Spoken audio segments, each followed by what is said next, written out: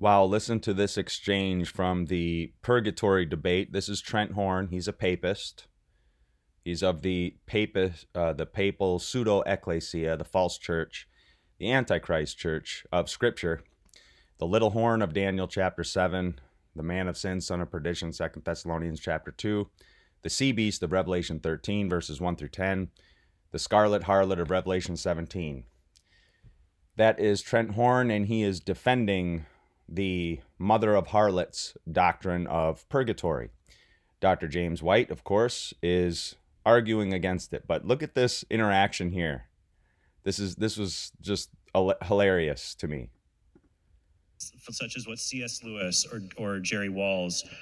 He's talking about C.S. Lewis, who was not a theologian. By the way, C.S. Lewis was not a theologian at all. He was an English literary writer. That's what he was. He was not a theologian. People who try to rely on C.S. Lewis and The Great Divorce and his really bad book, The Great Divorce, that's not a theological treatise. That's just his vain imaginations and speculations about certain things that he didn't know about. He was ignorant. But he's going to bring up Dr. Jerry Walls right here. Dr. Jerry Walls, Why I Am Not a Calvinist. I have this book on my bookshelf. That's where Dr. Jerry Walls defines human libertarian free will as the power of contrary choice. So if anybody wants to argue that my definition, the synergistic definition of human libertarian free will as the power of contrary choice, then argue against Dr. Jerry Walls, because that's how he defines human libertarian free will. I think it's a good definition for the synergist. It's what they believe. Of course, it's an unbiblical definition. But let's listen to what he has to say here concerning this is the purgatory debate again.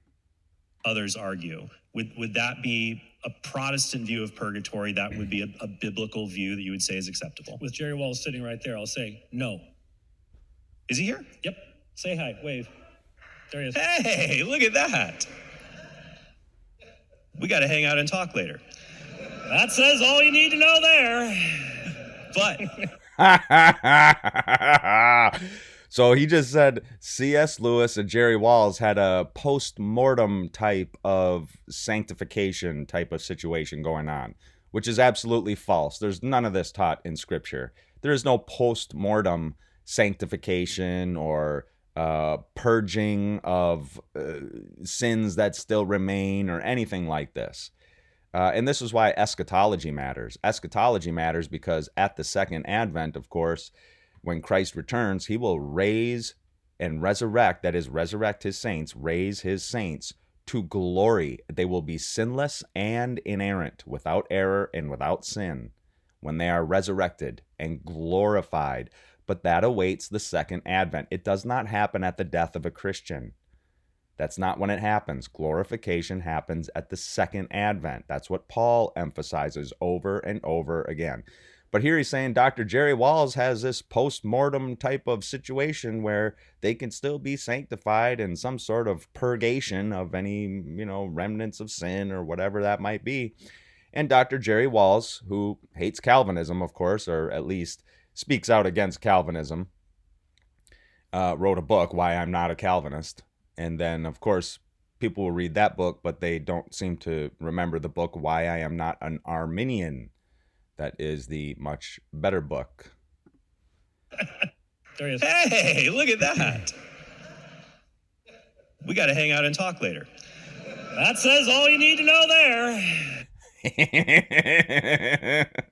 Yes, indeed it does. Jerry Walls has been wading in the Tiber River for many years, closer to Rome than to the Reformation, of course. But here's what Jerry Walls does say about Calvinism and how we view God. Here's what very kind words and very true words. Just so popular right now, Young, Restless, Reformed, all of that. What's your why is that? Why are people so drawn to this thing? They would say because it's true, but we can't say that. People are drawn to. Why are people drawn to Calvinism or Reformed theology, especially covenant theology, along with like the 5 points of Calvinism, which I am, of course. But here's what Dr. Jerry Walls rightly says. This is awesome right here, what he says. Because you seem to have a God that you didn't make up. That this is not a God that, this is not your convenient little deity that's just there for your needs or your whims or Yeah, this God, the God of the Bible, is not an idol that you make up in the vain imaginations, your own vain speculations of your own mind. Yes, that is true. for your bad days. This is a God you got to take seriously, and that I think is a big part of it.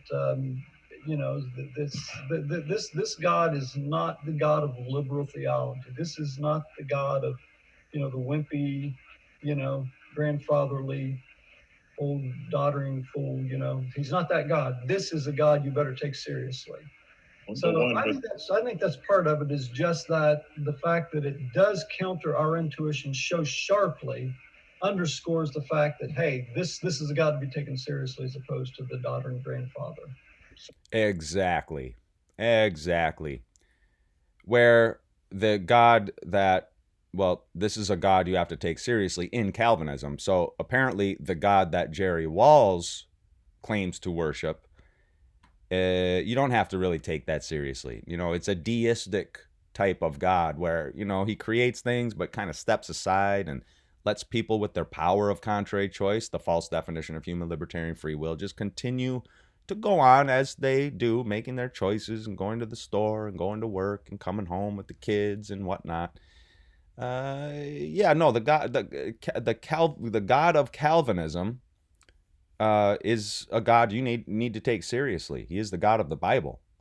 He is the creator of the heavens, the earth, the sea, and all that in them is, and the sustainer of the heavens, the earth, the sea, and all that in them is, until he decides not to sustain it any longer and destroys it all through the conflagration or liquefaction by fire, saving his people, redeeming his people from the conflagration, liquefaction by fire. And then, of course, we'll regenerate this whole earth after having destroyed it by the conflagration, liquefaction by fire. And we'll regenerate it all, and then his people with King Jesus living on it throughout the ceaseless ages of eternity. A regenerated earth, a new heavens and a new earth is what's going to happen. And so eschatology matters. But Dr. Jerry Walls is 100% right there. But he holds to some papal doctrines, getting into the postmortem sanctification nonsense. So I thought that was a real good point of the purgatory debate. Let's listen to that one more time, because I thought that was just hilarious. Say hi. That be a Protestant view of purgatory, that would be Protestant views of purgatory. There are different views. Sanctification is not complete at death. It will be complete before we enter heaven. Yes. Okay, so under some Protestant views of purgatory, such as what C.S. Lewis or Jerry Walls or others argue, would that be a Protestant view of purgatory? That would be a biblical view that you would say is acceptable? With Jerry Walls sitting right there, I'll say no.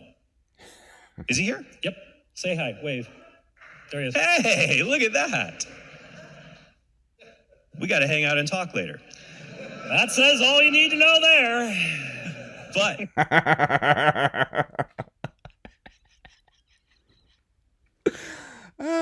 that's right. That says all you need to know there. Let's go to Revelation chapter 17. Revelation 17. The reason I brought up Revelation chapter 12 is because doing apologetics and arguing against errors, falsehoods, and lies is absolutely biblical.